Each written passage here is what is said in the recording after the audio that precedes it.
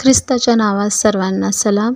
आजच्या मननाचा शास्त्र भाग आहे स्तोत्रसंहिता 1:1-2.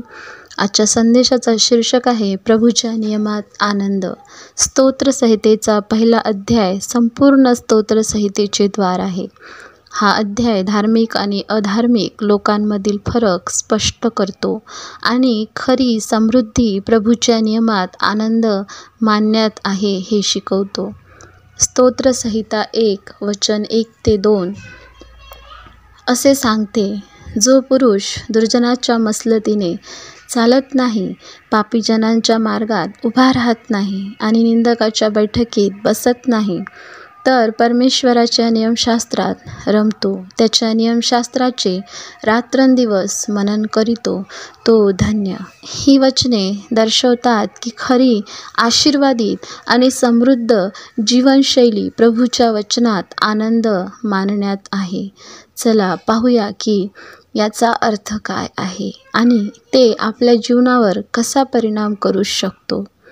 या संदेशामधला पहिला पॉईंट आहे खरी आशीर्वादित जीवनशैली. स्तोत्रसंहिता 1:1 स्तोत्रकर्ता असे सांगतो की एक आशीर्वादित व्यक्ती काही गोष्टी टाळतो, दुष्टाच्या सल्ल्याने चालत नाही, तो अशा लोकांचे मार्गदर्शन घेत नाही जे देवाच्या इच्छेच्या विरुद्ध वागत असतात, पाप्यांच्या मार्गावर उभा राहत नाही, तो पापी लोकांच्या जीवनशैलीत सहभागी होत नाही, उपहास करणाऱ्यांच्या संगतीत बसत नाही, तो देवाच्या आणि त्याच्या वचनाचा उपहास करणाऱ्यांमध्ये राहून स्वतःचा मार्ग बिघडवत नाही.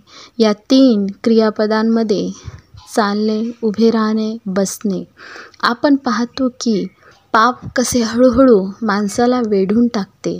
प्रथम माणूस वाईट सल्ला ऐकतो, मग तो पापाच्या मार्गावर राहू लागतो आणि शेवटी तो पापात स्थिर होतो. परंतु एक खरा आशीर्वादित मनुष्य या गोष्टीपासून स्वतःला दूर ठेवतो. दुसरा पॉईंट आहे प्रभूच्या नियमात आनंद. स्तोत्रसंहिता 1:2 खरा आशीर्वादित मनुष्य प्रभूच्या नियमात आनंद घेतो. याचा अर्थ काय? आनंद म्हणजे हृदयाची खरी तृप्ती. तो प्रभूच्या आज्ञांना ओझे म्हणून पाहत नाही, तर त्यात जीवनाचा स्तोत्र शोधतो. तो दिवस रात्र परमेश्वराच्या वचनाचे ध्यान करतो. याचा अर्थ तो परमेश्वराच्या वचनाचा अभ्यास करतो, त्यावर विचार करतो आणि त्यानुसार वागतो. येशू ख्रिस्तानेही मत्तई 4:4 सांगितले, माणूस केवळ भाकरीवर जगत नाही, तर परमेश्वराच्या तोंडून निघणाऱ्या प्रत्येक वचनावर जगतो. जेव्हा आपण प्रभूच्या वचनात आनंद घेतो, तेव्हा त्याचे वचन आपल्याला शहाणपण, सामर्थ्य आणि आनंद देते. तिसरा पॉईंट आहे प्रभूच्या नियमात आनंद मानण्याचे परिणाम. स्तोत्रसंहिता 1:3-4 अशा व्यक्तीचे जीवन एका झाडासारखे वर्णन केले आहे. पाण्याच्या प्रवाहाजवळ लावलेले झाड. जो मनुष्य देवाच्या वचनात खोल रुजतो, त्याचे जीवन स्थिर आणि समृद्ध होते, योग्य वेळी फळ देते. अशा व्यक्तीच्या जीवनात सतत चांगले परिणाम आणि फळे दिसतात. त्याची पाने कोमेजत नाहीत. कठीण परिस्थितीतही असा माणूस टिकून राहतो. त्याचे प्रत्येक कार्य यशस्वी होते. देवाच्या मार्गाने चालणाऱ्या माणसाचे जीवन खऱ्या अर्थाने फुलते. परंतु अधार्मिक माणसाचे जीवन भुशासारखे असते, हलके, अस्थिर आणि सहज वाहून जाणारे. आमच्या जीवनासाठी पहिली शिकवण आहे रोज प्रभूच्या वचनाचे वाचन करा. आपण परमेश्वराच्या नियमाचा अभ्यास केल्याशिवाय त्यात आनंद मानू शकत नाही.